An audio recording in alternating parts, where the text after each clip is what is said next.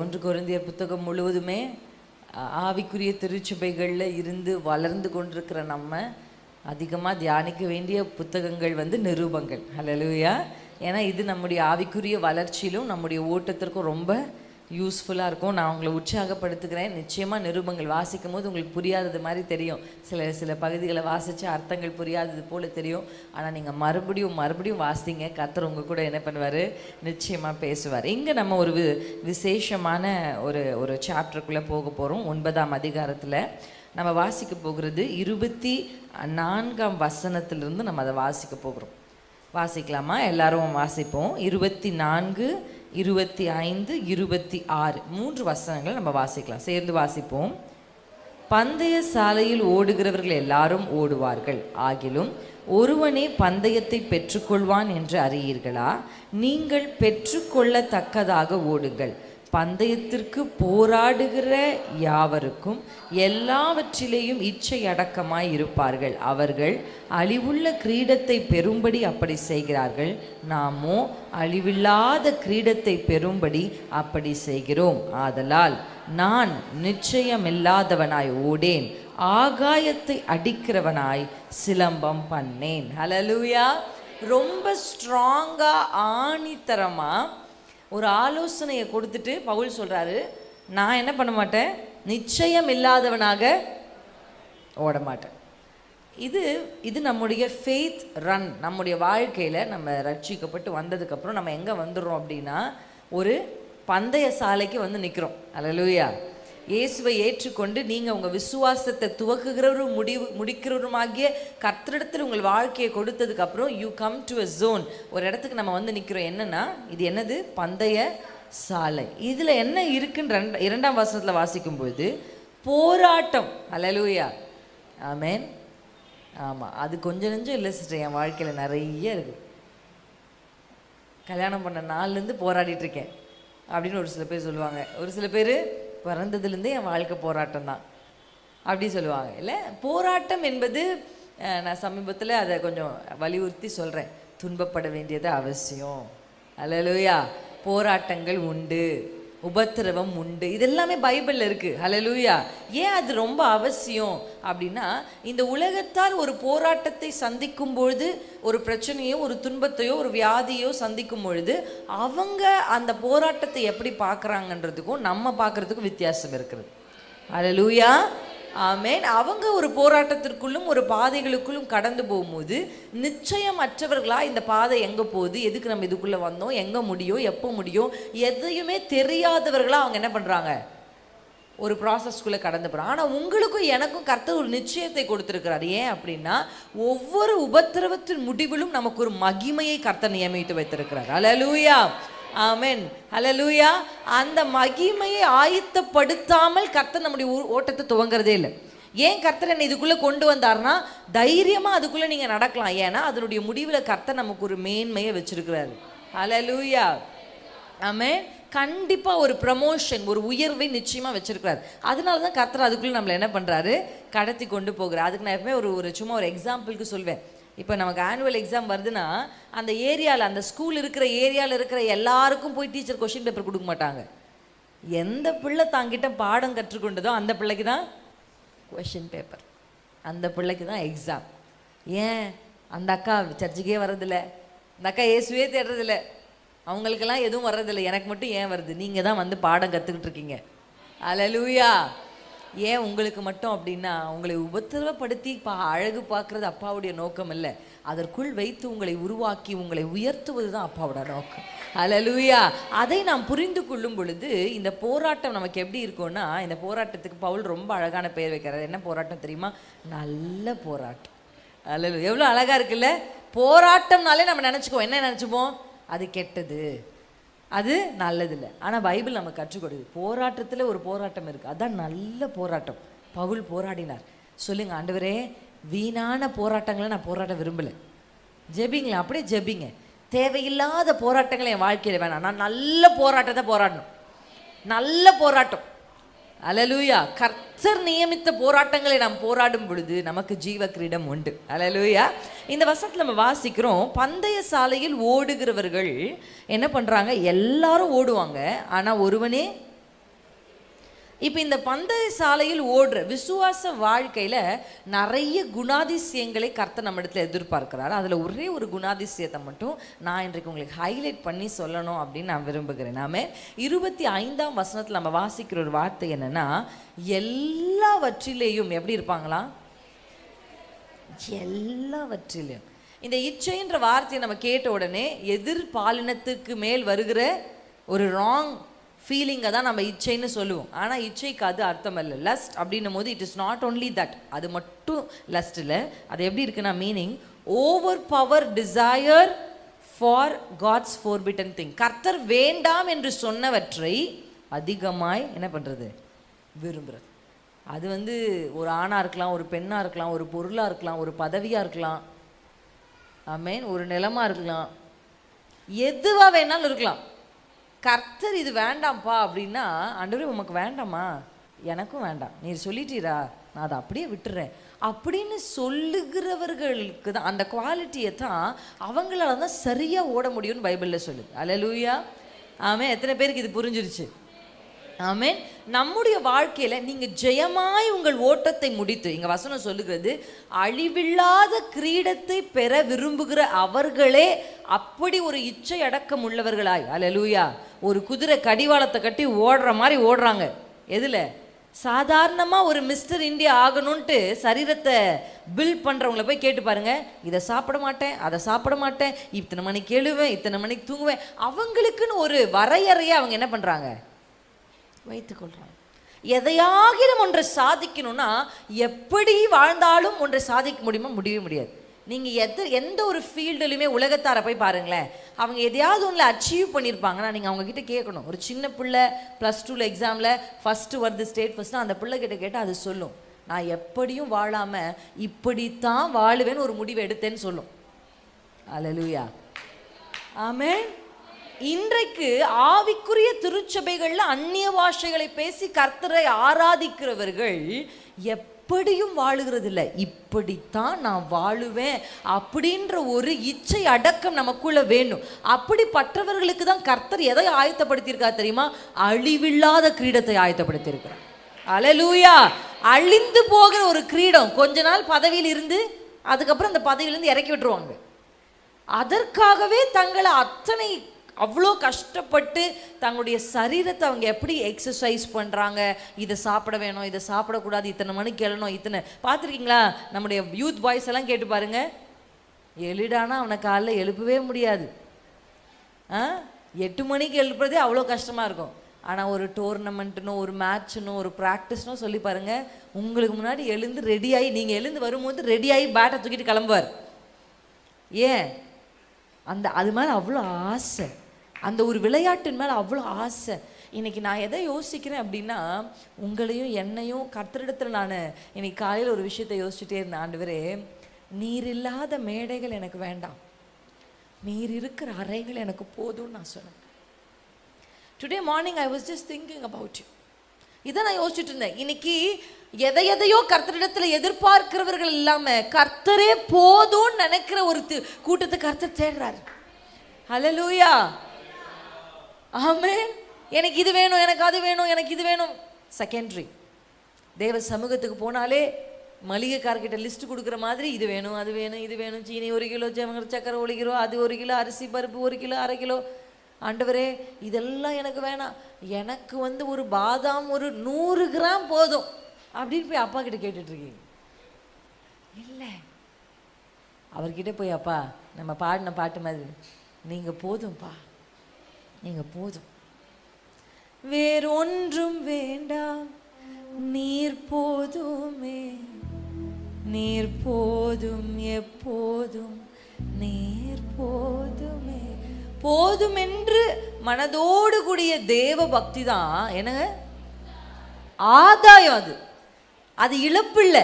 நம்ம நினைப்போம் போதும்னு சொன்னா, நம்ம உலகத்தார் எப்படி சொல்லுவாங்க, ஒன்று கொடுத்துட்டு இல்லை வேண்டாம் போதும் அப்படின்னா அவங்கள பார்த்து என்ன சொல்லுவாங்க? எனக்கு என்ன, நீ தான் வேணாம் சொன்ன, உன் லாஸ் அப்படின்னுவாங்க. ஆனால் வேதம் சொல்லுது, நீ போதும்னு சொல்லும் போது அது லாஸ் இல்லைப்பா, அது ஆதாயம்னு வேதம் நமக்கு சொல்லு. உலகத்துக்கும் வேதத்துக்கும் வித்தியாசங்க. உலக பார்வையும் வேத பார்வையும் வித்தியாசம். அதனால தான் நிருபங்களை வாசிங்க, வேதத்தை வாசிங்க. இதை வாசிக்க வாசிக்க இழப்பை கூட பெருமையா நினைப்பீங்க. இதை வாசிக்க வாசிக்க கர்த்தருக்காக ஒன்றை விடுகிறது கூட வைராக்கியமா நினைப்பீங்க. அல்லேலூயா. ஒன்றை கர்த்தர் எடுத்தாருன்னா கூட புலம்ப மாட்டீங்க. ஆண்டவரை பார்த்து சொல்வீங்க, தேங்க்யூப்பா. அல்லேலூயா, அல்லேலூயா. இந்த ஓட்டத்தை சரியாய் ஓடி முடிக்க கர்த்தர் நம்மிடத்தில் எதிர்பார்க்கிற ஒன்று தான் இந்த இச்சை அடக்கம். இது வந்து வாலிபர்களுக்கு பேசப்பட வேண்டிய வார்த்தை அல்ல, ஆவிக்குரிய திருச்சபைக்கு பேசப்பட வேண்டிய வார்த்தைகள். சில மெசேஜஸ் வந்து நாங்கள் வந்து சண்டே மார்னிங் தான் பேசுவோம். ஆமென். ஸ்பெஷல் மீட்டிங்ஸில் அது பேசுறதில்ல. சில மெசேஜஸ் ஏன்னா கர்த்தருடைய ஆலயத்துக்கு வருகிற முதல் வேலையை கர்த்தருக்கு கொடுக்குற உங்களிடத்துல உங்களுக்கு கர்த்தர் ஒரு அறிவில்லாத கிரீடத்தை ஆயத்தப்படுத்தி இருக்கிறார். ஒரு ஜீவ கிரீடத்தை ஆயத்தப்படுத்தியிருக்கிறார். அதை ஆயத்தப்படுத்தி கர்த்தருடைய கரங்களில் இருக்கிறது. அதை பெற்றுக்கொள்ளணும்னா நீங்கள் வலது இடது பக்கம் சாயாமல் அந்த பெத்சிமேஷன் பசுக்களை குறித்து எத்தனை பேர் கேள்விப்பட்டிருக்கீங்க? கேள்விப்பட்டிருக்கீங்களா? சாமுவேல் 1 சாமுவேல் புத்தகத்தில் ஏலி வந்து என்ன பண்ணார்? ஆசாரியராக இருந்த காலத்தில் பெலிஸ்தியர்களிடத்தில் தோற்று போய் நம்ம உடன்படிக்கை பெட்டியை சுமந்து கொண்டு போனால் நமக்கு ஜெயம் கிடைக்கும்னு எடுத்துகிட்டு போயிட்டாங்க. அப்படி தானே? ஆமாம். ஆனால் என்ன நடந்தது? தோற்று போனாங்க. அது பெலிஸ்தியர்கள்கிட்ட போயிடுச்சு. பெலிஸ்தியர்கள் போய் தங்கள் கோவிலில் வைத்திருக்கும் போது, இதான் எனக்கு ரொம்ப பிடிச்ச ஒரு பார்ட். எனக்கு ரொம்ப பிடிச்ச பார்ட் என்னன்னா, மனுஷர்கள் அந்த காரியங்களை செய்ய தவறும் போது கர்த்தருடைய புயமே அவருக்கு ரட்சிப்பாய் மாறுகிறது. அல்லேலூயா, ஆமென், அல்லேலூயா. எஸ், உங்களால் ஒன்று செய்ய முடியலையா? அவர் கைக்கு அந்த யுத்தத்தை மாற்றிட்டு நீங்கள் அமைதியாக இருங்க. அல்லேலூயா, தேங்க்யூ. அவருடைய கரங்களுக்கு நீங்கள் யுத்தத்தை கொடுத்து விட்டு, ஆண்டவரே இதெல்லாம் என்னால் முடியாது. அங்கே கர்த்தரே அதை என்ன செய்கிறார்? ஒரு பெரிய ஒரு காரியத்தை செஞ்சு அந்த பெத்சிமேஷன் பசுக்கள் மேலே இந்த உடன்படிக்கை பெட்டியை வச்சு அவர்கள் அனுப்புகிறாங்க. அப்படி தானே? அந்த பசுக்கள் ஒன்றும் இஸ்ரவேலையோ இல்லை இஸ்ரவேல் எல்லைகளுக்குள்ளே வளர்ந்த பசுக்கள் அல்ல. அது எங்கே தான் வளர்ந்தது? பெலிஸ்தியருடைய எல்லைகளுக்குள்ளே வளர்ந்த பசுக்கள் தான். ஆனால் அதன் மேலே ஒரு வண்டியை பூட்டி உடன்படிக்கை பெட்டியை வச்சு வந்த உடனே பைபிள் சொல்லுது, அது வலது இடது புறம் சாயாமல் நேர் வழியாய் இஸ்ரவேலின் எல்லைக்குள் வந்து நிற்கிறது. ஹல்லேலூயா. எனக்கு அந்த அந்த அந்த பகுதியை வாசி நான் ரொம்ப ஆச்சரியப்பட்ட விஷயம் என்னன்னா, ஒரு பெலிஸ்திய பசுக்களே வலது இடதுபுறம் சாயாமல் நேர்வழியா வரும்னா, அபிஷேகம் பெற்ற நாம், அல்லேலூயா. எது உங்களை வலது இடது பக்கம் சாய வைக்குது? எது தேவனுடைய அன்பை விட்டு பிரிக்குது? எது நம்ம கர்த்தரை விட்டு வெளியே போகிறதற்கு, தூரம் போகிறதற்கும்? ஆண்டவர் அதே இடத்துல நின்றுட்டு இருக்காரு. நம்ம தான் தூரம் போகிறோம். நிறைய நேரத்தில் நம்ம கேட்போம் ஆண்டவர் கிட்ட, ஏன்பா என்னை விட்டு தூரம் போனீங்க? ஆண்டவர் சொல்வார், நான் எங்கப்பா போனேன்? நான் உன்னை நீ தாயின் கர்ப்பத்திலிருந்து விழும்போது உன்னை தாங்கி பிடித்தேனே, அதே இடத்துல தான் அவர் நின்றுட்டு இருக்காரு. நம்ம தான் போயிட்டு போயிட்டு போயிட்டு போயிட்டு வந்துட்டு இருக்கோம். அல்லேலூயா. இன்னைக்கு ஒரு முடிவு எடுப்போம் தேவ சமூகத்தில். கர்த்தர் இந்த வார்த்தைகளை கொடுக்கும் பொழுது எனக்கு ஆண்டவர் காண்பித்த ஒரு வசனத்தை உங்களுக்கு நான் காண்பிக்க விரும்புகிறேன். Thank you Jesus. எடுத்துக்கொள்ளாமா? ஆமென். எபேசியர், தேங்க்யூ ஜீசஸ், 2ஆம் அதிகாரம் 3ஆம் வசனத்தை வாசிக்கலாம். ம் ம் ம்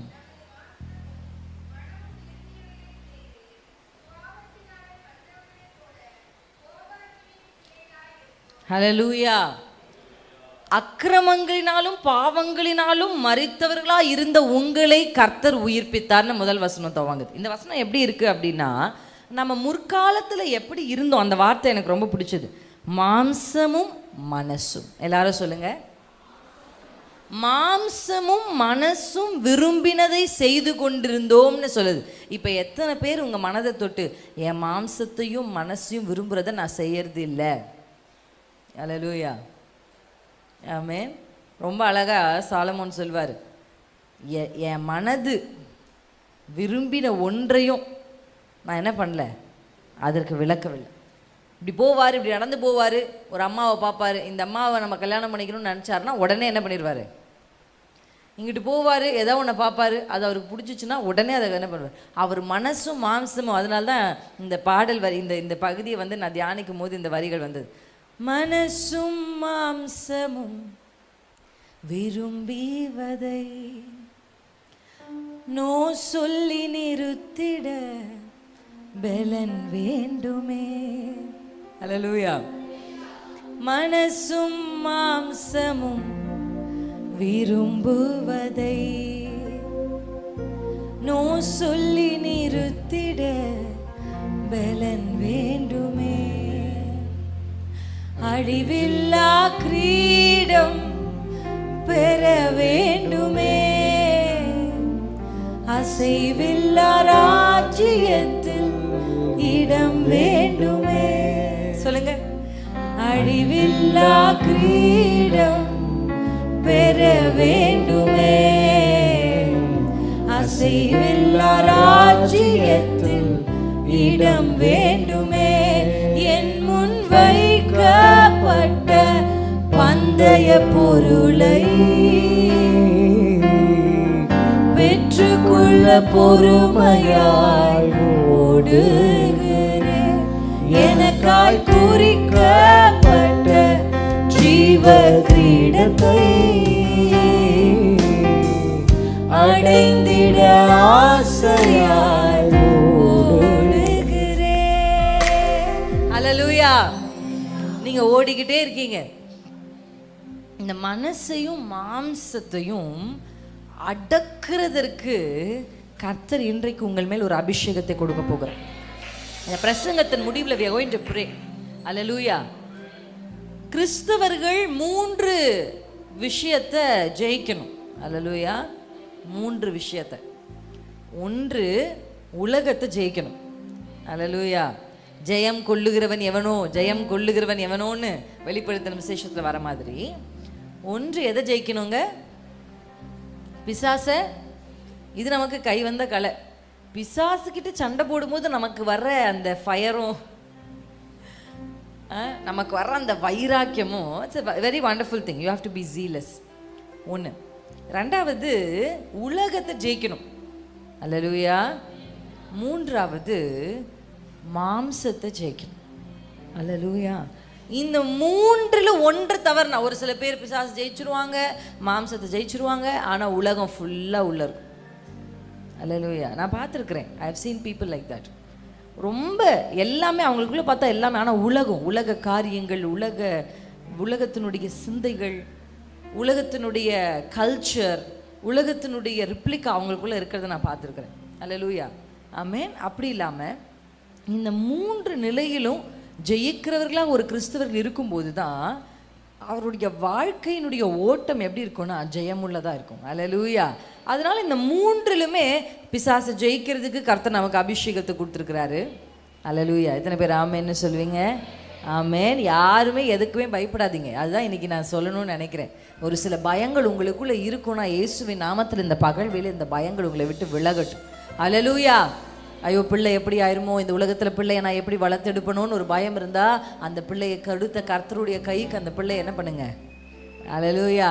அண்ணால் பால் மறந்த உடனே கொண்டு போய் சாமுவேல் இயேசுவின் பாதத்தில் விட்டது போல நீங்கள் என்ன பண்ணணும்? பிள்ளைகளை விடணும். வற்புறுத்தியாகிலும் கொண்டு வந்து தேவனுடைய பாதத்தில் உட்கார வச்சிடணும். பிடிக்குதோ பிடிக்கலையோ வந்து உட்கார். அல்லேலூயா. அப்படி இருக்கும்போது அந்த ப்ரெசன்ஸில் அவங்க இருக்கும்போது ஒரு நாள் இல்லை ஒரு நாள் ஏதோ ஒரு வார்த்தை, ஏதோ ஒரு பாடல் அவர்கள் இருதயத்தை அசைத்து கொண்டு வந்தோம். அல்லேலூயா. ஆமென். இன்றைக்கு தேவ சமூகத்தை விரும்பி வருகிற உங்களை பார்த்து ஆண்டவர் சொல்றது என்னன்னா, நீங்க பயப்படவே தேவையில்லை. எதை குறித்தும் நீங்க பயப்படாதீங்க. ஒன்றுக்கும் கவலைப்படாதீங்க. ஏன்னா கர்த்தர் உங்க கூட இருக்கிறார். அல்லேலூயா. ஆமென். சொல்லுங்க, உங்க இருதயத்தை கையில சொல்லுங்க, திடன்கொள். சொல்லுங்க, நீங்க உங்களே பார்த்து சொல்லிக்கோங்க, திடன்கொள், கர்த்தர் உங்க கூட இருக்கிறாரு. அல்லேலூயா. கர்த்தர் உங்களை கைவிடலை, கர்த்தர் உங்களை விட்டு விலகலை. இந்த ஓட்டத்தில் நீ ஓடுன்னு சொல்லி ஓடிட்டு கர்த்தர் என்ன பண்ணல. அதனால தான் பரிசுத்த ஆவியானவருக்கு ஒரு அற்புதமான பெயர் இருக்குது, பாராக்லிட். சொல்லுங்க என் கூட சேர்ந்து இந்த வார்த்தையை, பாராக்லிட். பாரா அப்படின்ற வார்த்தைக்கு என்ன அர்த்தம்னா கம்மிங் அப்படின்னா நம்மோடு அலாங். இப்போ பேராமெடிக்கல்ஸ் அப்படின்னு பார்த்துருக்கீங்களா? அப்படி ஒரு பேராமெடிக்கல்ஸ்னால் என்னென்னா மெடிக்கல், அதாவது டாக்டர்ஸ் ஓட இவங்க என்ன பண்ணுவாங்க? பயணம் செய்வாங்க. அந்த மாதிரி பாராக்லிட் அப்படின்னா அவர் நம் அருகில் வந்து நம்மோடே கூட வருவார். அல்லேலூயா. இயேசு போகும்போது ஜீசஸ் ஜானில் பார்க்குறோம், அவர் சொல்கிறாரு, நான் போகிறது நல்லதுப்பா. ஏன்பா? ஏன் நான் எப்படி ஆண்டவரே நீங்கள் போகிறது எப்படி நல்லதாக இருக்கும் அப்படின்னு ஆண்டவர், வேறொரு தேற்றரவாளனை நான் அனுப்புவேன். ஆமேன். நான் மாம்சத்தில் இருக்கிறதுனால என்னால் ஒரு குறிப்பிட்ட நபர்களோடு ஒரு குறிப்பிட்ட அறைக்குள்ளே தான் இயேசுவால் இருக்க முடியும். ஆனால் பரிசுத்த ஆவியார் வந்தபோது உலகம் முழுவதும் எங்கே போனாலும் நம்ம கூட ஆவியானவர். அல்லேலூயா. அவருக்கு ஒரு அற்புதமான பெயர் என்ன இருக்குன்னா பாராக்லிட். பாராக்லிட்டுக்கு நிறைய அர்த்தங்கள் இருக்குது. அதில் ஒரு அர்த்தம் என்னென்னா கோச்சர். எல்லாரும் சொல்லுங்க, கோச்சர். இப்போ நம்ம ஒரு ஒரு ஒரு விளையாட்டு வீரர் எடுத்தோம்னா அவருக்கு ஒரு கோச்சர் நிச்சயமா. அது எவ்வளோ நல்ல பயங்கரமான விளையாட்டு வீரர்னா கூட அவர் நல்லா விளையாடினாங்கன்னா உடனே அவருக்கு ஒரு கோச்சர் என்ன பண்ணுவாங்க. அவர் இந்தியாவுக்காக விளையாடுறாருன்னா அவர் சூப்பராக விளையாடுறவராக இருந்தாலும் அவருக்கு ஒரு கோச்சரை நியமிப்பாங்க. அந்த கோச்சர் என்ன பண்ணுவார்னா, நீங்கள் எத்தனை மணிக்கு காலையில் எழணும், நீங்கள் எதை சாப்பிடணும், எதை சாப்பிடக்கூடாது, நீங்கள் என்ன மாதிரி எக்ஸசைஸ் பண்ணணும், எப்படி ரன்னிங் பண்ணணும், இது எல்லாமே அந்த கோச்சர் என்ன பண்ணிகிட்டே இருப்பார், சொல்லி கொடுப்பார். அந்த கோச்சர் சொல்லி கொடுத்ததுக்கப்புறம் ஒரு நாள் வரும், என்னென்னா அவங்க ஓடுகிற நாள், அந்த ரன்வேல அவங்க ஓடுற நாள் வரும். அப்படி அவங்க ஓடும் பொழுது இந்த கோச்சர் என்ன பண்ணுவார், இந்த சுற்றி கேலரின்னு ஒன்று இருக்கும்ல, நின்று வேடிக்கை பார்க்குறது, அங்கே நின்றுட்டு என்ன பண்ணிட்டு இருப்பாருன்னா என்கரேஜ் பண்ணுவார், ஓடு ஓடு, உன்னால் முடியும், உன்னால் முடியும். பரிசுத்த ஆவியானவர் அப்படி ஒரு கோச்சர் இல்லை. அல்லேலூயா, அல்லேலூயா. உங்களை ட்ரெயின் பண்ணிட்டு உங்களை ஓட விட்டுட்டு தூரத்தில் நின்று ஓடு ஓடு ஓடுன்னு மோட்டிவேட் பண்ணுறவர் பாராக்லிட். அந்த கோச்சர் அவர் இல்லை. உங்களுக்கு கற்றும் கொடுத்துட்டு நீங்கள் ஓடும்போது உங்கள் கூடவே ஓடி வர்ற ஒரு கோச்சர். அல்லேலூயா. கூட வருகிற கோச்சர் மட்டும் இல்லை, சில நேரத்தில் இங்கே தடுமாறி விழுந்தீங்கன்னா உங்களை தோளில் சுமந்து கொண்டு ஓடுகிற ஒரு கோச்சராகவும் அவர் இருக்கிறார். அல்லேலூயா. உங்க பலவீனங்கள்ல உங்களுக்கு உதவி செய்து உங்களால ஜெபிக்க முடியாத நேரத்துல அவர் உங்களுக்காக ஜெபிக்கிறார். வாக்கு கடங்கா பெருமூச்சோடு. அப்படி ஒரு நல்ல தேவனை தான் நீங்க பெற்றுக்கொண்டிருக்கிறீங்க. ஜெபிக்க முடியல, என் வார்த்தையே வரல, இந்த பிரச்சனைக்கு என்ன சொல்லி ஜெபிக்கிறதுன்னு எனக்கு தெரியல, அந்நிய பாஷை பேச ஆரம்பி. தேவ சமூகத்துல போய், ஆண்டவரே எனக்கு ஜெபிக்க முடியலப்பா, எனக்கு ஜெபிக்க தெரியல, கண்ணீர் மட்டும்தான் வருதுன்னா கண்ணீர் மட்டும் வரட்டும், கொஞ்சம் அமைதியாக இருங்க, ஆவியானவர் உங்களுக்குள்ளிருந்து அப்படியே ஏறெடுக்கிறத நீங்கள் பார்க்க முடியும். ஆமாம். என்னுடைய சில பிரசங்கங்கள்லாம் என் அறைகளுக்குள்ளே கர்த்தர் எனக்கு கற்றுக் கொடுத்த ஜபம்தான்.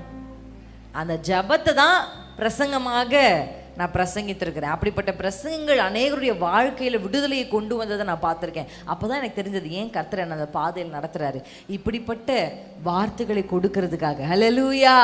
இன்றைக்கும் பரிசுத்த ஆவியானவர் நம்ம கூட இருக்கிறது. நிறைய பேர் ஆவிக்குரிய திருச்சபையிலும் கூட பரிசுத்த ஆவியானவரை வெறும் உதடுகள் மட்டும்தான் சொந்தமாக்கி விட்டுருக்காங்க. ஹல்லேலூயா. இல்லை, அவர் நம்முடைய முழு சரீரத்தையும் ஆட்கொள்ள வேண்டும் என்று நினைக்கிறார். பரிசுத்தாவின் எப்படின்னா இடம் கொடுத்தா. இப்போ நீங்கள் பார்த்துருக்கீங்களா, ஒரு ஜென்டில் மேன் யார் அப்படின்னு நீங்கள் நினச்சிங்கன்னா, ஒரு வீடு திறந்திருந்தா நேராக வீட்டுக்குள்ளே வந்து பெட்ரூம்குள்ளே வந்து கிச்சனுக்குள்ளே திடீர்னு ஒருத்தர் வந்தால் நீங்கள் என்ன நினைப்பீங்க, அவரை பற்றி என்ன நினைப்பீங்க? என்ன எவ்வளோ ஒரு சொந்தக்காரனா கூட என்ன அப்படி வர்றதில்லைல்ல, அப்படி வந்தால் நீங்கள் எவ்வளோ இதாக நினைப்பீங்க. அப்போ ஒருத்தர் வந்து நீங்கள் வாங்க வாங்கன்னு வெல்கம் பண்ணாதான் வந்து ஹால்லே உட்கார்றாரு அப்படின்னா அவர் என்ன சொல்லுவோம், ஹீஸ் அ ஜென்டில்மேன் அப்படி சொல்லுவோம். நம்ம ஆண்டரும் அப்படி தான். எந்த அளவுக்கு நீங்கள் வெறும் ஹால் வரையும் தான் அவருக்கு இடம் கொடுத்தீங்கன்னா அவர் ஹால் வரையும் வந்து ஹால்லே திரும்பி போயிடுவார். அல்லேலூயா. உதடு வரைக்கும் நீங்கள் இடம் கொடுத்தீங்கன்னா நல்ல ஆவியானவர் உங்களை நிரப்பி இந்த உதடுகளில் மட்டும் அந்நிய பாஷை பேசி முடிச்ச உடனே என்ன பண்ணிடுவார். ஆனால் ஆண்டவரே என் எல்லாவற்றையும் இன்றைக்கு கிறிஸ்தவர்களும் ஆவிக்குரியவர்களும் தேவன் தங்குகிற ஒரு ஆலயமா மாறிட்டாங்கன்னா, அல்லேலூயா, நிச்சயமா எழுப்புதல் வந்துருச்சுன்னு நினைக்கிறேன். எழுப்புதல் என்பது ஏதோ ரட்சிக்கப்படுறவங்க ரட்சிக்கப்படுறது மட்டும் எழுப்புதல் இல்லை. அல்லேலூயா. அது மட்டும் தான் ஃபோக்கஸ். ஆனால் கிடையாது. ஏற்கனவே சர்ச்சுக்குள்ளே வந்தவங்க இன்னும் மனவாட்டியா மாறலையே, இன்னும் ஆலயத்திற்கு வந்தவங்க பரலோக ராஜ்யத்திற்கு ஆயத்தம் ஆகலையே. பவுல் சொல்றபடி இன்னும் குழந்தைகளாகவே இருக்கிற நிலை சபைகளுக்குள்ள காணப்படுகிறதே. இல்லை, நம்ம குழந்தைகள் இல்லை. குழந்தைய போல யோசிச்சு, குழந்தைய போல பேசி, குழந்தைய போல நான் நடந்து கொண்டேன். ஆனால் நான் புருஷன் ஆன போதோ குழந்தைகளுக்குரிய எல்லாவற்றையும் நான் ஒழித்துட்டேன்றார் பவுல். அல்லேலூயா. ஆமேன். துவக்கத்தில் வந்தபோது குழந்தை மாதிரி அவ கிள்ளிட்டான மிஸ் இவ கிள்ளிட்டான்னு கத்தை அழுகிறது ஓகே. புருஷன் ஆனதுக்கப்புறம் யாராவது கிள்ளிட்டாங்கன்னா என்ன சொல்லுவோம், சரி பரவாயில்ல போ. ஆமாம் தானே? அந்த மென்டாலிட்டியே மாறுது. 5 வருஷத்துக்கு முன்னாடி நீங்கள் எப்படி இருந்தீங்கன்னு யோசிச்சு பாருங்கள். அந்த பிரச்சனையை நீங்கள் எப்படி டீல் பண்ணீங்க? இப்போ 5 வருஷம் கழிச்சு அதே மாதிரி ஒரு பிரச்சனை வருது. ஆனால் உங்கள் டீலிங் எப்படி? பிரச்சனை மாறல, டீலிங் மாறிடுச்சு. அதான் நான் சொல்லுவேன், பெனினா மாற மாட்டா, அண்ணா தான் மாறணும். பெனினாவை மாற்றுங்கன்ற ஜபமெல்லாம் என்ன ஆயிடுச்சு? பெனினா மாற மாட்டா, அண்ணால் தான் மாறணும். அண்ணால் தான் ஸ்ட்ராட்டஜியை மாற்றணும். புருஷன் முன்னாடி வந்து அழுதுகிட்டே இந்த ஸ்ட்ராட்டஜியை வச்சு ஒன்றும் பண்ண முடியாது. அப்பாவுக்கு முன்னாடி போய் அழுகிற ஒரு strategy. Hallelujah. Kingdom works in strategies. கர்த்தருடைய ராஜ்யம் எதில் வேலை செய்யுது? அதான் ஃபாதர் அழகா பாடியிருக்காருல, திட்டங்கள் தருபவரும் நீர்தானையா, செயல்படுத்தி மகிழ்பவரும் நீர்தானையா, திட்டங்கள் தருபவரும் நீர்தானையா, செயல்படுத்தி மகிழ்பவரும் நீர்தானையா, எஜமானவே என் ராஜனே, எஜமானன் நீர் இருக்க வேலைக்காரனுக்கு ஏங்கவன், எஜமானன் நீர் இருக்க. ஹல்லேலூயா. கவலைப்பட வேண்டிய அவசியமே இல்லை. கர்த்தருடைய பாதத்தில் போய் நீங்கள் நின்றீங்கன்னா அப்பா உங்களுக்கு ஸ்ட்ராட்டஜி கொடுப்பார். ஹல்லேலூயா. பல வருஷமா நீங்க போராடி பெற்றுக்கொள்ள முடியாததெல்லாம் ஸ்ட்ராட்டஜியை கர்த்தர் கொடுப்பார். ஹல்லேலூயா. நீங்க பாருங்க, ஆண்டவர் அழகா ஒவ்வொன்றையும், எரிகோ பார்த்தா வாய்ப்பே இல்லை, எவ்வளோ பெரிய ஈட்டியை போனாலும் எத்தனை யுத்த புருஷர்கள் போனாலும் அந்த எரிகோவை கீழே தள்ளவே முடியவே முடியாது, வாய்ப்பே இல்லை. ஆனால் கர்த்தர் வந்து ஸ்ட்ராட்டஜி கொடுக்குறார். என்ன செய்யணும், எத்தனை நாள் சுற்றணும், ஒரு நாளைக்கு எத்தனை முறை சுற்றணும், 7ஆம் நாளில் எத்தனை முறை சுற்றணும், சுற்றி முடிச்சு அந்த சுற்றுகிற நேரத்தில் நீங்கள் எப்படி இருக்கணும், இதெல்லாம் ரொம்ப முக்கியம். ஹல்லேலூயா. ஹல்லேலூயா. நம்ம ஆண்டவர் பழைய ஏற்பாட்டிலேயே அப்படி ஸ்ட்ராட்டஜிஸை சொல்லி கொடுப்பார்னா புதிய ஏற்பாட்டில் அவர் சொல்லி கொடுக்காம இருக்க மாட்டாரா? பரிசுத்த ஆவியின் நிறைவை பெற்ற நமக்கு கர்த்தர் கற்றுக் கொடுக்க மாட்டாரா? உங்கள் வாழ்க்கையில் இது மாறாது, இது ரொம்ப கஷ்டம், இப்படி எது நீங்கள் எப்படிப்பட்ட எரிகோக்கு முன்னாடி இருந்தாலும் உன் ஆண்டவர் சமூகத்தில் கேளுங்க, அப்பா எனக்கு ஸ்ட்ராட்டஜியை கற்றுத்தாங்க, இதை நான் எப்படி ஜெயிக்கணும்னு எனக்கு கற்றுத்தாங்க. ஒருத்தர் உங்களுக்கு விரோதமாக பேசி உங்களுக்கு விரோதமாக கிரியை செஞ்சுக்கிட்டே இருக்காரு, என்ன செஞ்சாலும் மாற மாட்டேங்கிறார், எவ்வளவு நீங்கள் அன்பு செலுத்தினாலும் மாற மாட்டேங்கிறாங்க, நீங்கள் என்ன பண்ணாலும் அவங்களுக்குள்ள மாற்றம் வரல. கர்த்தர் இடத்துல கேளுங்க, ஆண்டவரே எனக்கு ஒரு ஸ்ட்ராட்டஜி கொடுங்க, எனக்கு ஒரு ஸ்ட்ராட்டஜி கொடுங்க. எனக்கு அப்பெல்லாம் அப்படி அனுபவம் இருக்குது. ஒரு சில பேர்லாம் என்னை மாதிரி என் வயசில் எலும்புனா, நான் அதை சொல்ல முடியாது ஏன்னா ரெக்கார்டு வேறு பண்ணுறதுனால கொஞ்சம் பயமாக இருக்குது எனக்கு. எலும்புனா அவங்களாம் தட்டி தட்டி தூக்கி வெளியே தள்ளிடுவாங்க ஒரு அம்மா. அப்போ என்ன அந்த பொசிஷனுக்கு நான் வரும்போது எல்லோரும் என்னை பயன்படுத்தினாங்க. என்ன சொன்னேன்னா, உன்னை தட்டி தூக்கிடுவாங்க அந்த அம்மா, ஏன்னா இதுக்கு முன்னாடி வந்தால் அவங்க எல்லாம் என்ன பண்ணிடுவாங்க. நான் போய் ஆண்டவர்கிட்ட சொன்னேன், அப்பா யார் வந்தாலும் தட்டி தூக்குவாங்களாம், என்ன பண்ணுறதுன்னு சொல்லுங்கப்பா அப்படின்னு. ஆண்டவர் எனக்கு ஒரு ஸ்ட்ராட்டஜியை கற்றுக் கொடுத்தார். ஆமாம், யார் வந்தாலும் தட்டி தூக்குற அவங்கக்கிட்டே போய் நான் நின்றுட்டேன். அவங்களுக்கு என்ன வேணும் தெரியுமா? அவங்களுக்கு என்ன வேணும்னா அவங்க ஃபஸ்ட்டாக இருக்கணுன்ற ஒரு ஆசை, எல்லாத்துலேயும் அவங்க தான் பண்ணணும்னு அவங்களுக்கு ஒரு ஆசை. நான் என்ன பண்ணிட்டேன், நீங்கள் தான், நான் எல்லாமே பண்ணுவேன், நீங்கள் தான், நான் தான் கீழே எல்லா வேலையும் செய்வேன், நீங்கள் தான் சொல்லி அவங்களுக்கு என்ன வேணும், ஒரு சின்ன ஹானர், ஒரு சின்ன ஹானர், அதுதான் எல்லாரும் கொடுக்காம அவங்கள எதிர்த்துன்றதுனால அவங்க தட்டி தட்டி தூக்குவாங்க எல்லாரையும். நான் என்ன செஞ்சேன், ஆண்டவர் சொன்னார், இல்லை நீ போய் பேசு, நீ போய் நீ என்ன செய்ய போகிறன்றதை அவங்கக்கிட்ட சொல்லு. நான் என்ன செய்ய போகிறேன்றது ஒரு பேப்பர் போட்டு ஜிகு ஜிகு ஜிகுன்னு எழுதி இதெல்லாம் நான் செய்ய போகிறேன், நீங்கள் ஹெல்ப் பண்ணாமல் என்னால் எதையுமே செய்ய முடியாதுன்ட்டேன். அவங்களுக்கு ஐஸை தூக்கி தலைமையில் வச்ச மாதிரி ஆயிடுச்சு.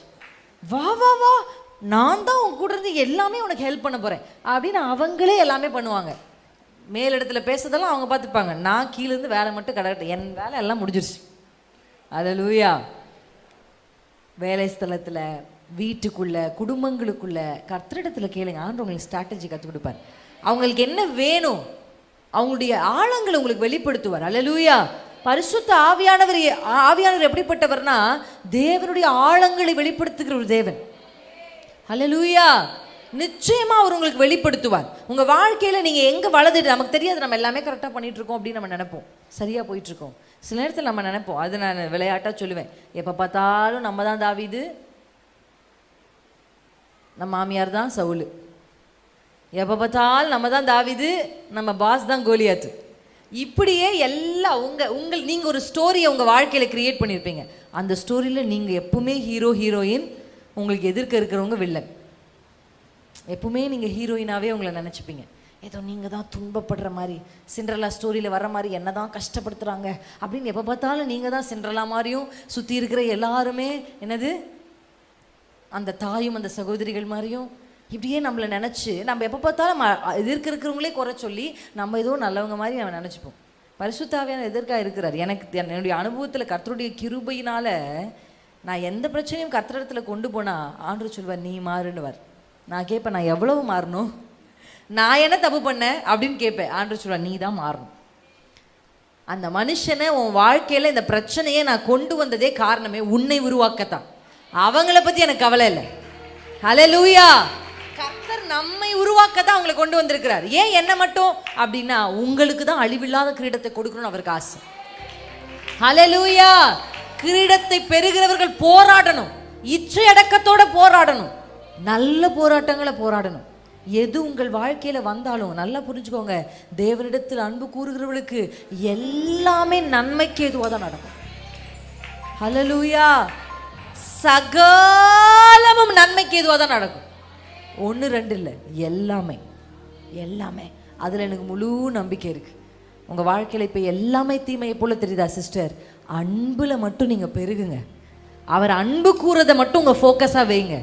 எல்லாமே திரும்பி உங்களுக்கு சாதகமாக நிற்குமா இல்லையான்னு பாருங்க. கர்த்தருடைய பிரசன்ஸ்ல நான் உங்களுக்கு சவால் விடுறேன்.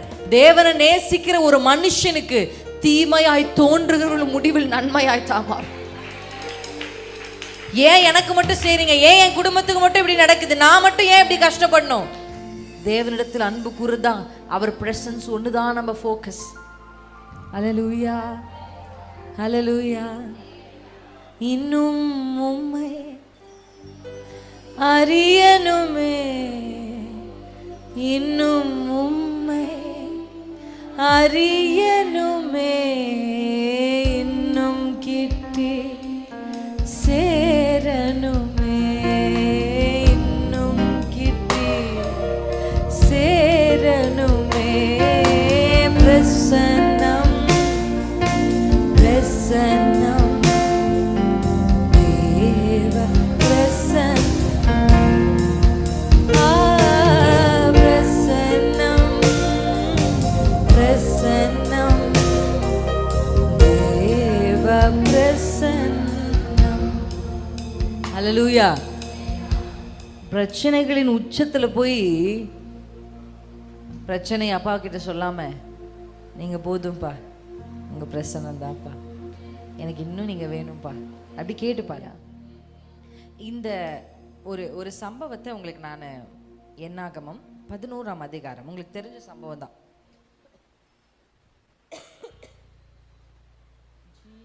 ஹல்லேலூயா. இந்த 11ஆம் அதிகாரம் என்னாகம புத்தகத்தில் நம்ம வாசிக்கும் போது அதற்கு முன்பதாக நம்ம ஒரு காரியத்தை பார்க்க முடியும். Thank you Jesus. இந்த என்னாகமம் 11ஆம் அதிகாரம் ஆண்டவர் அவர்களுக்கு என்ன கொடுத்துட்டு இருக்காருன்னா, உணவுக்கு மன்னாவை கொடுக்கிறார். ஆமா தானே? அந்த வசனத்தை வாசிக்கலாமா? 7ஆம் வசனம்.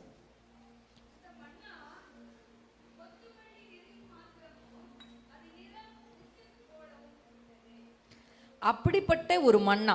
இந்த மன்னா எங்கிருந்து வருது? சோர்ஸ் எங்க அப்படின்னா, கர்த்தர் வானத்திலிருந்து இந்த மன்னாவை என்ன பண்றாரு?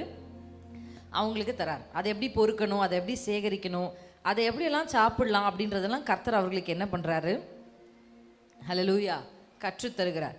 ஆனா இந்த மன்னா அவங்களுக்கு எப்படி இருக்கு அப்படின்னா, தொடர்ச்சியா ஒன்றை செய்கிறதுனால ஒரு சலிப்பு அவங்களுக்கு என்ன பண்ணுது?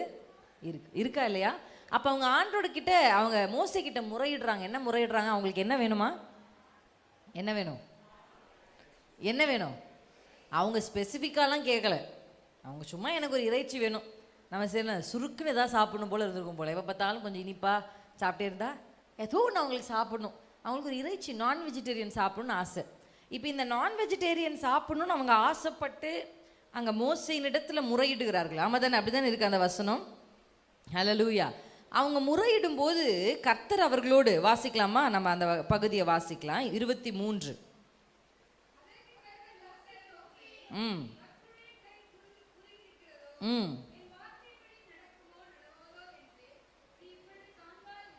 ஹல்லேலூயா, ஆமென். இந்த பகுதிகளை நம்ம வாசிக்கும் போது ஆண்டவர் மோசே கிட்ட சில காரியங்களை சொல்றாரு. மோசே தேவனிடத்துல பேசுகிறார், முறையிடுகிறார். நம்ம எல்லா இடத்துலையும் பார்க்கும்போது ஜனங்கள் எப்போ பார்த்தாலும் மோசே கிட்ட முறையிடும் போது மோசேக்கு ஒரு விரக்தி வரதை நம்ம பார்க்குறோம். ஆமாம் தானே?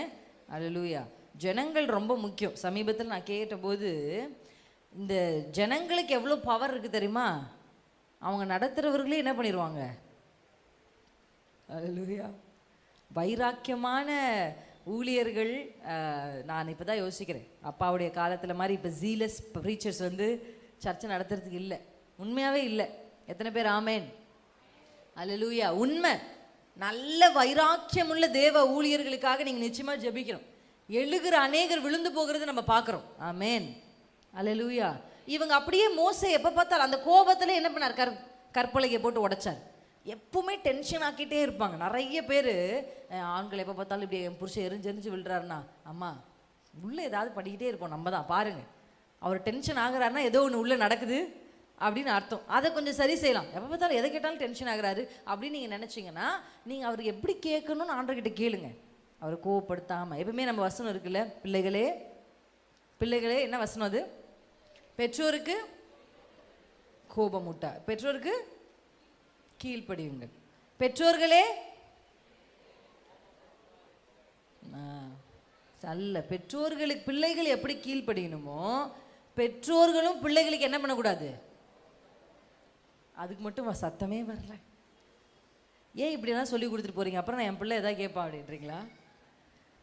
பெற்றோர்களே, வேதம் கற்றுக் கொடுக்குற ஆலோசனை வேதம் சொல்லுது, பிரம்பை கையா, அதை மட்டும் வேதம் சொல்லுதா பெற்றோருக்கு?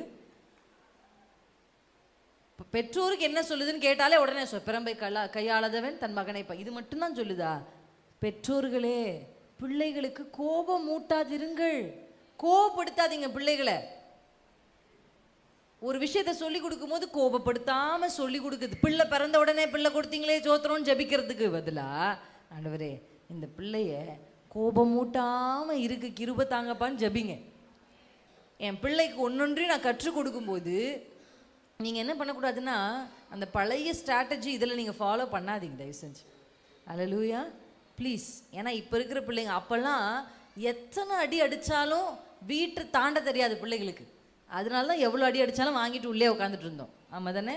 இப்போ தான் நம்ம பிள்ளைங்க உலகத்தை கற்றுக்கிட்டோம், நம்ம தான் அமுச்சு வச்சுருக்கோம். ஒரு அடி அடிச்சிங்கன்னா போடி திரும்பி வரமாட்டேங்குது. அவ்வளோதான், அப்படி ஆயிடுச்சு. இப்போ நான் உங்களை அடிங்க அடிக்க வேணாம் அதை சொல்லலை. நான் கோபம் மூட்டுகிறது ஒரு மனுஷரை பாவம் செய்ய வைக்கிற ஒரு நிலை, ஒரு மனுஷரை இடற பண்ணுகிற நிலை, அது என்றைக்குமே வரக்கூடாது. வசனம் சொல்லுதில்ல, சிறியருக்கு இடறல விட அவன் கழுத்தில் என்ன கட்டணுமா? எந்திர கழுகு. மற்றவர்களை இடறது கைகளை வலது கை இருதயத்தில் வச்சு ஜெபம் பண்ணுங்க. ஆண்டவரே, ஒரு நாளும் ஒரு மனுஷன் இடறி விழுகிறதற்கு ஒரு தடை கல்லா நான் இருக்கவே கூடாது என் வாழ்க்கையில். என் ஜீவன் போகும் வர என் மேலே ஏறி கூட போகட்டும், ஆனால் ஒருத்தரும் என்னை இடறி விழக்கூடாதப்பா. அல்லேலூயா, ஆமென். இங்கே ஆண்டவர் வந்து என்ன பண்ணுறாரு? காற்றை அனுப்புகிறார். ஆமென். ஒரு காற்று வீசுது. அந்த காற்று என்ன கொண்டு வருது? 31ஆம் வசனத்துலனா, காடைகளை அடித்து கொண்டு வந்து பாளையத்தில் இந்த பக்கம் ஒரு நாள் அந்த பக்கம் ஒரு நாள் தரையில் 2 முழம் என்ன பண்ணுதா? அல்லேலூயா, பெரிய அற்புதம் இல்லை இது? எவ்வளோ வந்திருக்கும்னு யோசிச்சு பாருங்க. எங்கடா இருந்தீங்க எவ்வளோ பேரும் அப்படின்ற மாதிரி. இந்த காடைகள், எவ்வளோ காடைகள் வந்து விழுது. இவங்கெல்லாம் என்ன பண்ணுறாங்கன்னா, 23ஆம் வசனத்தை வாசிக்கலாமா? சாரி 32. சாரி. அப்பொழுது ஜனங்கள் எழும்பி அன்று பகல் முழுவதும் ரா முழுவதும் மறுநாள் முழுவதும் காடைகளை சேர்த்தார்கள். கொஞ்சம் சேர்த்தவன் 10 ஊமர் அளவு சேர்த்தான். அவைகளை பாளையத்தை சுற்றிலும் தங்களுக்காக குவித்து வைத்தார்கள். எப்படி சேர்த்துருப்பாங்கன்னு யோசிச்சு பாருங்க. டே புட்றா புட்றான்னு ஓடி இருப்பாங்க. ஃப்ரீயாக ஒன்று கிடைச்சா நம்ம ஆட்டில் எப்படி ஓடுறோம் இல்லை? அப்போதான் பார்க்கணும். அப்போதான் நம்ம ரியல் ஃபேஸு. நமக்கு தொண்டையில் அவ்வளோ சத்தம் இருக்குமா நமக்கே தெரியாது. புட்றா புட்றான்னு எல்லாம் ஓடி எனக்கு எனக்கு எனக்கு எனக்குன்னு குவிச்சிட்டாங்க. என்ன பண்ணிட்டாங்க? குவிச்சிட்டாங்க. ஆனால் குவிச்சு முடிச்சு தங்கள் பற்கள் நடுவே இருக்கும் இறைச்சியை அவர்கள் மென்று தின்னும் முன்னே கர்த்தருடைய கோபம் ஜனங்களுக்குள்ளே. It's not a miracle. நல்லா ஒன்று புரிஞ்சுக்கணும். இந்த பகுதியை வாசிக்கும் போது நான் இது ஒரு மிரக்கலாக நினச்சிட்டு இருந்தேன். இந்த பகுதியில் இந்த வசனத்தை நான் வாசிக்கும் போது அதிர்ந்து போயிட்டேன். ஒரு வேலைக்காரன் ஒரு எஜமானுடைய கையை பார்க்குற மாதிரியோ, ஒரு வேலைக்காரி ஒரு எஜமாட்டி கையை பார்க்குற மாதிரியோ, அப்பா பிதாவேன்னு புத்திர சுவிகாரத்தின் ஆவியை பெற்ற நம்ம கைகளை பார்க்குறவங்க இல்லை, முகத்தை பார்க்குறவங்க. அல்லேலூயா. ஐ மீன், எனக்கு ஒரு 2.5 வயசு பிள்ளை இருக்கான். எதையாவது ஒன்று அவங்க ரொம்ப கேட்டுகிட்டே இருந்தானா, ஏதாவது ஒரு சின்ன சாப்பிட்ற பொருளாக இருக்குன்னு வச்சுக்கோங்களேன், ரொம்ப அடம் பிடிக்க மாட்டான். சில விஷயத்து வேணும்ன்ட்டானா அந்த இடத்துல பார்த்துருவான். அதை பார்த்துட்டு வேணும்னு சொன்னானா நான் இப்படி எடுத்து அவன் கையில் சொல்லுவேன், இந்தா. கொஞ்சம் கோபமாக இருக்கும் எனக்கு. ஏன்னா அவன் இதை சாப்பிட்டா நம்ம சாப்பாடை சாப்பிட மாட்டான், பெற்றோர்களுக்கு இருக்கும்ல. அப்படின்னா அவன் என் கையை பார்க்க மாட்டான், என் முகத்தை அப்படி பார்த்துட்டே இருப்பான். காரில் எனக்கு இன்னும் ஞாபகம் இருக்கு அந்த அவனுடைய பார்வை. இப்படி என்னையே பார்க்குறான். நான் சிரிச்சிட்டு கொடுத்தாதான் அதான் வாங்கிக்கிறான். நான் சிரிக்கிற வரையும் அவன் கண் அந்த பொருள் மேலேயே போல, அவன் கண் என் முகத்து மேலேயே இருக்கு.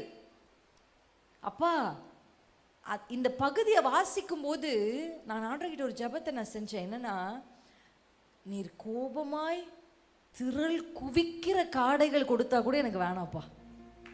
நீர் கோபமாய் தருகிற ஆசீர்வாதம் எனக்கு வேணாம். அது ஆசீர்வாதமே இல்லை. நான் கேட்ட அடம் பிடிக்கிறதுனால, அங்க நீங்க வாசிங்க, இறைச்சி வேணும்னு கூடாரத்தின் வாசல்ல நின்று அழுதாங்களாம். எதுக்கு? நீங்க அதை கொஞ்சம் கற்பனை பண்ணி பாருங்க. மோசே எவ்வளோ பாவம்னு யோசிச்சு பாருங்க. ஏதாவது ஒரு வேல்யூவலான திங்கு கேட்டா கூட பரவாயில்ல, இல்லை?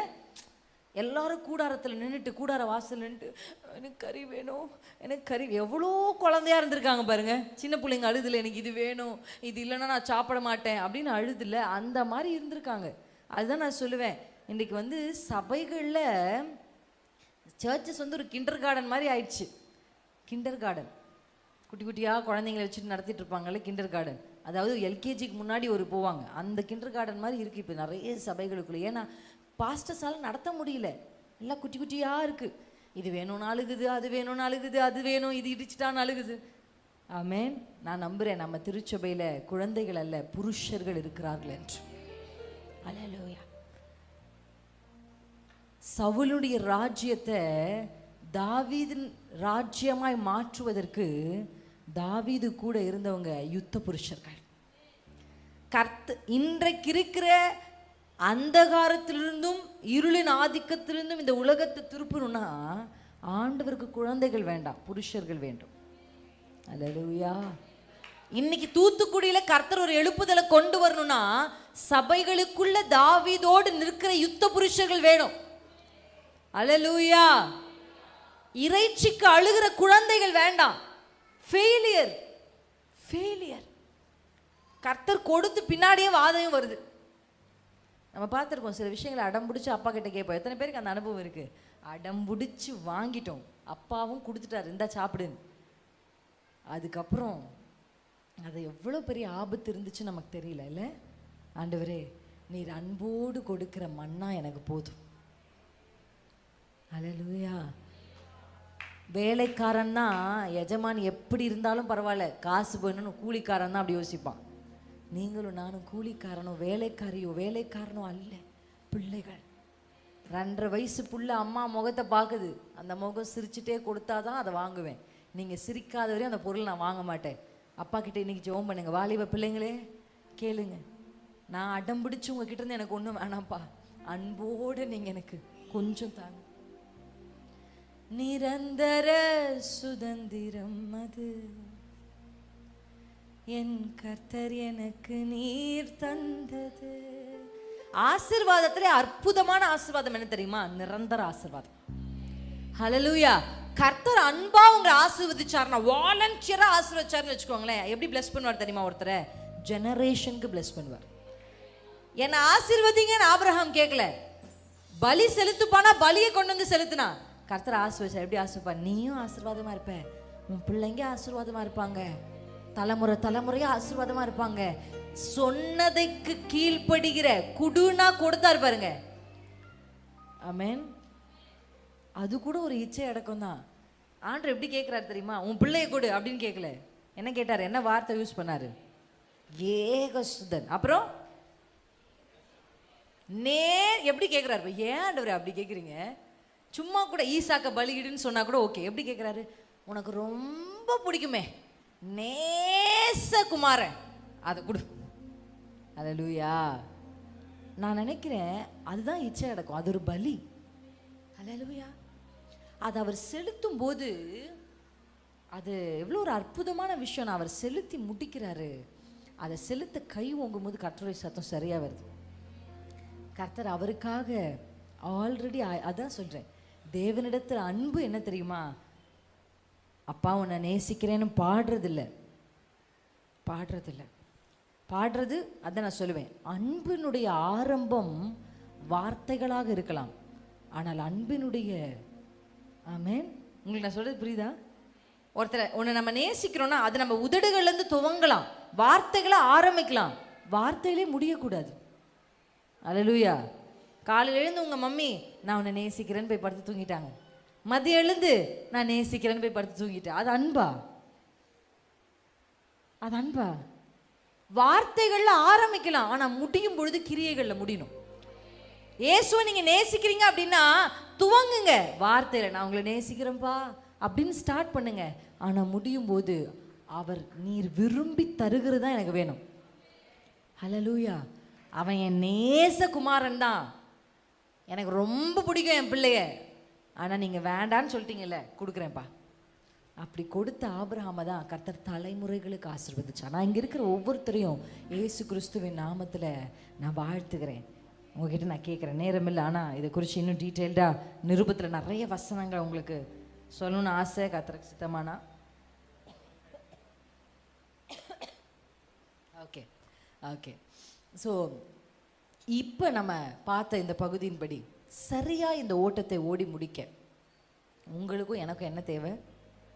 இச்சை அடக்கம். இந்த வார்த்தை எல்லாரும் சொல்லுங்க. இச்சை அடக்கம்னு வாலிபர்களுக்கு பொருந்தாது, 60 வயசு 70 வயசு ஆனாலும். ஆமே, நிறைய பேர் நான் பார்த்துருக்கேன், எனக்கு ஒரு பேரன் வேணும் பேத்தி வேணுன்றதுக்காக, அது ஆசை தான், அது ஆசை தப்புன்னு நான் சொல்ல, ஆசைப்படுறது தப்பு இல்லை. ஒரு வயசானா பேரன் பேத்தி பார்க்கணுன்றது ஆசை. ஆனால் அந்த ஆசையை வச்சு மருமகளை போட்டு ஒரு வழி பண்ணுறது டேஞ்சர். உங்களுக்கு நான் சொல்றது புரியுதா? சரி, எனக்கு அவங்க சொல்லியிருக்கலாம், எங்களுக்கு கொஞ்சம் கறி சாப்பிட்ணுன்னு ஆசை, இறைச்சி சாப்பிட்ணுன்னு ஆசை. சரி, எப்போ அப்பா தராரோ அப்போ தரட்டும், எங்கள் ஆசையே சொல்கிறோம் அப்படின்னு அப்பா கேட்டிருக்க மாட்டார். இங்கே உட்காந்து அழுகுறாங்க எல்லாரும், ஓ ஓ ஓன்னு. நான் சொல்கிறேன், எல்லா சமயத்திலும் நம்ம அழும்போது ஆண்டவர் அதை பார்த்து பரிதாபப்படுறதில்லை. அல்லேலூயா. இந்த ரகசியம் பெரியது. நாம் அழுகிற சில, அட்டம் பிடித்து அழுகிற சில அழுகைகள் கர்த்தருக்கு எதை உண்டாக்குதுன்னு நினைக்கிறீங்க? பார்த்துருக்கீங்களா? நம்ம பிள்ளை தேவையில்லாத ஒன்றை கேட்டு உருண்டு அழுவான். அதை பார்க்கும்போது ஐயோ என் பிள்ளைன்னு பரிதாபப்படுறீங்களா? உங்களுக்கு எப்படி வருது? பட்டுன்னு ஒன்றை வச்சு அப்படி சொல்லணும்னு தோணுது இல்லை? அப்படி தான் அப்பாவும். நீங்கள் எதை கேட்குறீங்கன்ற ஒரு கிளாரிட்டி உங்களுக்கு வேணும். இன்னைக்கு ஆண்டவருடைய சமூகத்தில் வந்திருக்கிற எல்லாரும் உங்களுக்கென்று கர்த்தர் ஆயத்தப்படுத்தி இருக்கிற இந்த அழிவில்லாத கிரீடத்தை நீங்கள் பெற்றுக்கொள்ள வேண்டும் என்று சொன்னால் நீங்கள் செய்ய வேண்டிய ஒன்றே ஒன்று, தேவ சமூகம். எப்படி இதை பவுல் ப்ராக்டிஸ் பண்ணார் நமக்கு தெரியும். பவுல் தானே இதை சொல்லி தராரு. இப்போ பவுல் எப்படி ப்ராக்டிஸ் பண்ணார்னா, பவுல் செஞ்ச ஒரு விஷயம், டு டாமினேட், அந்த தன்னுடைய மாம்சத்தை அவர் அடக்குவதற்கு அவர் செய்த ஒரு பயங்கர, அவர் யூஸ் பண்ண ஒரு அற்புதமான டூல் என்னன்னா ஃபாஸ்டிங். அல்லேலூயா, அல்லேலூயா. நம்ம கலாத்தியரில் வாசிக்கிறோம், கிறிஸ்தவர்கள், கிறிஸ்துவை உடையவர்கள். கிறிஸ்தவர்கள் யாரு? பிரின்ஸின்னு பேர் வைக்கணும், வின்சின்னு பேர் வைக்கணும், கேப்ரியல்னு பேர் வைக்கணும், ஐசக்குன்னு பேர் வைக்கணும். இவங்க தான் கிறிஸ்தவர்களா? இல்லை. கிறிஸ்துவை உடையவர்கள் என்ன செய்வாங்களாம்? இப்போல்லாம் லெந்து காலங்களில் சிலுவையை குறித்து நிறைய யோசிக்கிறாங்க, அப்படி தானே? சிலுவையே அப்பா சிலுவை தொங்கிட்டீங்களேப்பா, அப்பா பாவம், கண்ணீர் வடிந்தோகுது, ரத்தம் சிந்துகிறார், அதோடு நிறுத்தக்கூடாது. ஏசு சிலுவையை சுமந்த மாதிரி நம்மளும் சிலுவையை இயேசுவை சிலுவையில், இயேசுனுடைய சரீரத்தில் சிலுவையில் அடித்த மாதிரி கிறிஸ்தவர்கள் தங்கள் மாம்சத்தையும்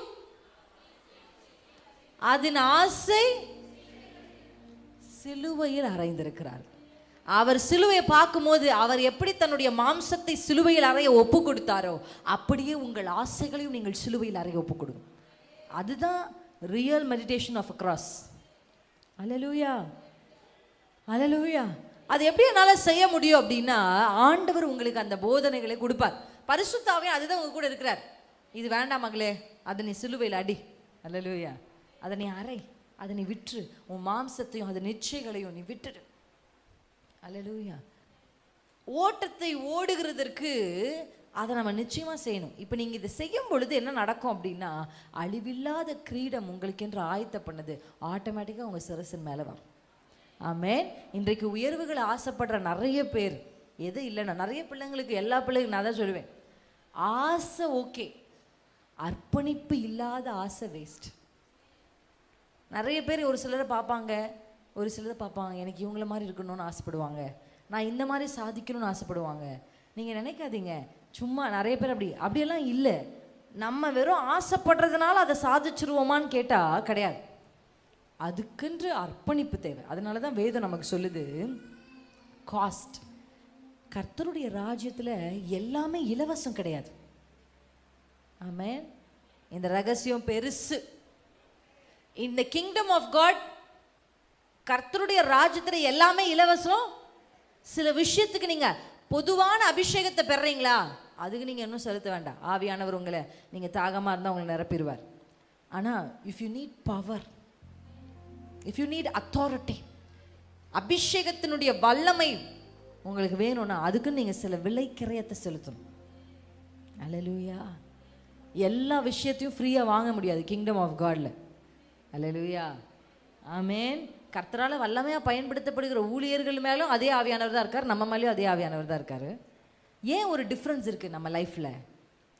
சிலரை பார்க்கும்போது இவங்க இவ்வளோ தாழ்மையாக, இவ்வளோ நேர்த்தியாக இருக்காங்களே, ஏன் அந்த டிஃப்ரென்ஸ் இருக்குது? அவங்களுக்குள்ள அதே அவங்க அந்த அளவுக்கு இடம் கொடுத்துருக்காங்க ஆண்டவருக்கு. அல்லேலூயா. இன்றைக்கு ஆசை பத்தாது, அர்ப்பணம் வேண்டும். இங்கே இருக்க எத்தனை பேர் அர்ப்பணிக்க தயாராக இருக்கீங்க? என் மனசும் மாம்சமும் விரும்புகிறத நான் அப்பாவுடைய பாதத்தில் அர்ப்பணிக்கிறேன். இந்த நிற்போமா எல்லாரும் என் கூட சேர்ந்து? Thank you Jesus. சபைக்கு ஏற்ற உபதேசங்கள், மனவாட்டியா ஒரு திருச்சுபை மாறணும்னா, எல்லார போல பிறந்தோம் வாழ்ந்தோம் செத்தோன்ற ஒரு வாழ்க்கை வாழ கர்த்தர் நம்மளை அழைக்கல. we are called for a greater high calling. நம்ம காலிங் எப்படிங்க? High calling. இன்னைக்கு ஆண்டவர் கிட்ட சொல்லுங்க, ஐயோ நான் ரொம்ப ஆசையா இன்னைக்கு கர்த்தர் என் கூட என்ன பேசுவார்னு வந்தேன்னு நினைக்கிறீங்களா? ஆண்டவர் என்ன பிளஸ் பண்ணுவாரா? நிச்சயம் உங்களை பிளஸ் பண்ணுவார், நிச்சயம் உங்களை ஆஸ்வதிப்பார். நீங்க இடம் கொடுத்து பாருங்க, ஆண்டவரே நான் விட்டு கொடுக்குறேன்ப்பா, என் மனசும் மாம்சமும் விரும்புகிற எல்லாவற்றையும் இன்றைக்கு நான் சிலுவையில் அறைய ஒப்பு கொடுக்கிறேன். எனக்கு கோபத்தோடு நீர் தருகிற காடைகள் வேண்டான்னு எத்தனை பேர் சொல்வீங்க? நீங்க சொல்லி பாருங்க, கோபத்தோடு நீர் தருகிற காடைகள் எனக்கு வேண்டாம், அன்பாய் நீர் எங்களுக்கு தருகிற கொத்தமல்லி அளவான மன்னா போதும்ப்பா, போதும் அப்பா, போதும் அப்பா. தன்னை விட்டு எடுபடாத நல்ல பங்கை தெரிந்து கொள்ற மரியாதை போல ஆண்டு சமூகத்துல சொல்லுங்க, அப்பா நீங்க போதும். நீங்க அப்படி சொல்லுங்க. இது ஆதாயம் சிஸ்டர். போதும் என்ற மனது ஆதாயம், அது ஆதாயம். உங்க பிரசன்னம் போதும், நீங்க போதும். அப்படி ஒரு மனுஷன் வனாந்திரத்துல இருந்தா கூட அவனை பிடிச்சு கொண்டு வந்து அரியணையில உட்கார வைக்கிற தேவதயவு இருக்கு. நீங்க போதும்பா, வேற ஒண்ணும் வேணான்னு நினைக்கிற அவர் மட்டும் எனக்கு வேணும், இந்த ஓட்டத்தை நான் ஜெயமா முடிக்கணும். நிறைய பேர் விசுவாசத்தை ஓட்ட தொடங்கினாங்க.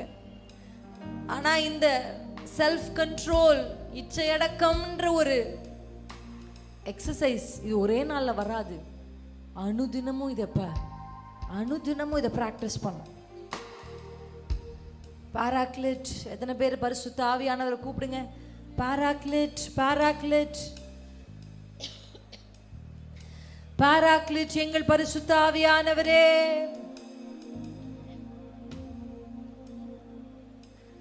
நியூமா தேவ ஆவியே, ஷக்கீனா தேவ மகிமையே. சொல்லுங்க, நியூமா, நியூமா தூய ஆவியே, ஷக்கீனா தேவ மகிமையே. துணையாளரே எங்கள் பராக்லிட்டஸ், எங்களின் தேற்றரவாளனே. துணையாளரே எங்கள் பாராக்லிட்டஸ், துணையாளரே எங்கள் பாராக்லிட்டஸ், எங்களின் தேற்றரவாளன். ரெண்டு கைகளை உயர்த்தி சொல்லலாமா? தந்தையே, இயேசுவே,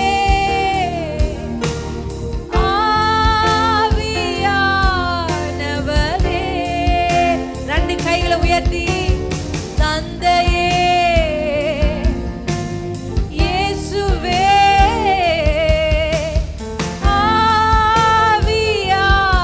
ஆவியானவரே. தந்தையே, தந்தையே, இயேசுவே,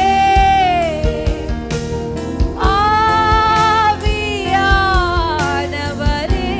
கடைசியா தந்தையே, தந்தையே, ஷதன கதரவோ. ஒவ்வொருவரின் மேலும், ஒவ்வொருவரின் மேலும், ஒவ்வொருவரின் மேலும் கர்த்தருடைய அபிஷேகம். ஷகதனகதரகதரோ. மனசையும் மாம்சையும் அடக்கி ஆளுகிற அபிஷேகம். An anointing to control their self. ரகபதரபபபத. ஆராதனை உமக்கு, ஆராதனை. நிகதரபப. ஆராதனை உமக்கு, ஆராதனை. ஆராதனை உமக்கு, ஆராதனை. பாட பாட பாராக்லிட்டஸ் பரிசுத்த ஆவியானவர் உங்கள் அருகில் வந்து உங்கள் வலது கையை பிடிக்கிறார். மறுபடியும் மறுபடியும் ஒரு புது உடன்படிக்கை, மறுபடியும் புது உடன்படிக்கை. ரபா ஷிகதரே பாபா. என் மணவாளனுக்கு பிடிக்காத ஒன்றையும் நான் செய்வது இல்லை, என் மணவாளனுக்கு பிடிக்காத ஒன்றையும் நான் பார்ப்பது இல்லை, என் மணவாளனுக்கு பிடிக்காத எதையும் நான் உட்படுவது இல்லை என்று மணவாட்டியாகிய சபையே, உன் கைகளை உயர்த்தி ஒரு புது உடன்படிக்கையை ஏற்படுத்து. இரத்தத்தினால் ஆகிய ஒரு புதிய உடன்படிக்கை. சிலுவையில் உன் மாம்சத்தையும் உன் மனதையும் உன் சுயத்தையும் உன் ஆசை இச்சைகளையும் சிலுவையில் அறைய கிறிஸ்துவை உடையவர்களே ஒப்புக்கொடுங்கள். ஷகதரபதரபதரபதரா. ரிகதரபலதரபலதரபலலா. ஷிதரா தரபலதரா. உங்க வலது கையை இருதயத்துல வச்சு மூன்றையும் நான் ஜெயிக்கணும் அப்பா. மனதுக்கு, உங்க மனதுக்கு உங்க பெயர் சொல்லி சொல்லுங்க. பிரின்சி, இயேசு விளக்கினது உனக்கு வேண்டாம்னு சொல்லுங்க. ஆத்துமாவே, கர்த்தர் உனக்கு விளக்கினதை தொடர்ந்து போகாதே. அந்நியர்களோடு உடன்படிக்கை செய்யாதே, அது உனக்கு கண்ணியும் முள்ளும். ஒரு முடிவு எடுப்பீங்களா? நல்ல போராட்டத்தை நான் போராட ஆயத்தமாயிட்டேன். நீ நல்ல போர் சேவகன், நீங்க நல்ல போர் சேவகன். நல்ல போராட்டத்தை போராடி விசுவாசத்தை காத்துக்கொண்டு கர்த்தர் வைத்திருக்கிற அழிவில்லாத கிரீடத்தை பெற்றுக்கொள்ள கர்த்தர் உங்களுக்கு கிருபை தருவாராக. கர்த்தர் எனக்கு கிருபை தாரும் அப்பா. கடைசி அந்த 4 வரிகளை பாடி முடிக்க போறோம். மனசும் மாம்சமும் விரும்புவதை நோ சொல்லி நிறுத்திட பலன் வேண்டுமே. சொல்லுங்க, என் மனசும் மாம்சமும் விரும்புவதை நோ சொல்லி நிறுத்திட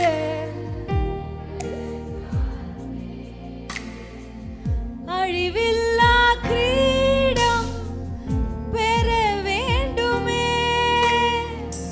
அசைவில்லா ராஜ்யத்தில் இடம் வேண்டுமே.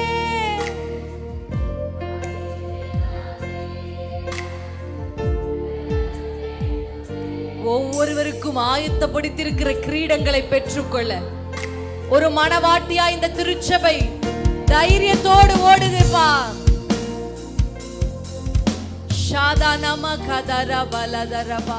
இயேசுவே, நீர் எங்களுக்கு கற்றுக் கொடுத்த வார்த்தைகளுக்காக நன்றி. இச்சை அடக்கம் உள்ளவர்களாய் நல்ல போராட்டத்தை போராடி நல்ல போர் சேகன தீங்கை அனுபவித்து கர்த்தர் எங்களுக்கு கொடுத்து ஆயத்தப்படுத்தி வாக்கு பண்ணின அந்த சிங்காசனத்தில் உமக்கருகில் உட்காருகிற மனவாட்டியாய் எங்கள் திருச்சபையில் இருக்கிற பால் குடிக்கிற குழந்தை முதல் வயது முதிர்ந்த பெரியவர்கள் வரைக்கும் இவர்கள் ஒவ்வொருவரையும் கர்த்தர் நீர் புருஷர்களாய் மனவாட்டியாய் மாற்றினதற்காக நன்றி அப்பா. Thank you Jesus. Thank you.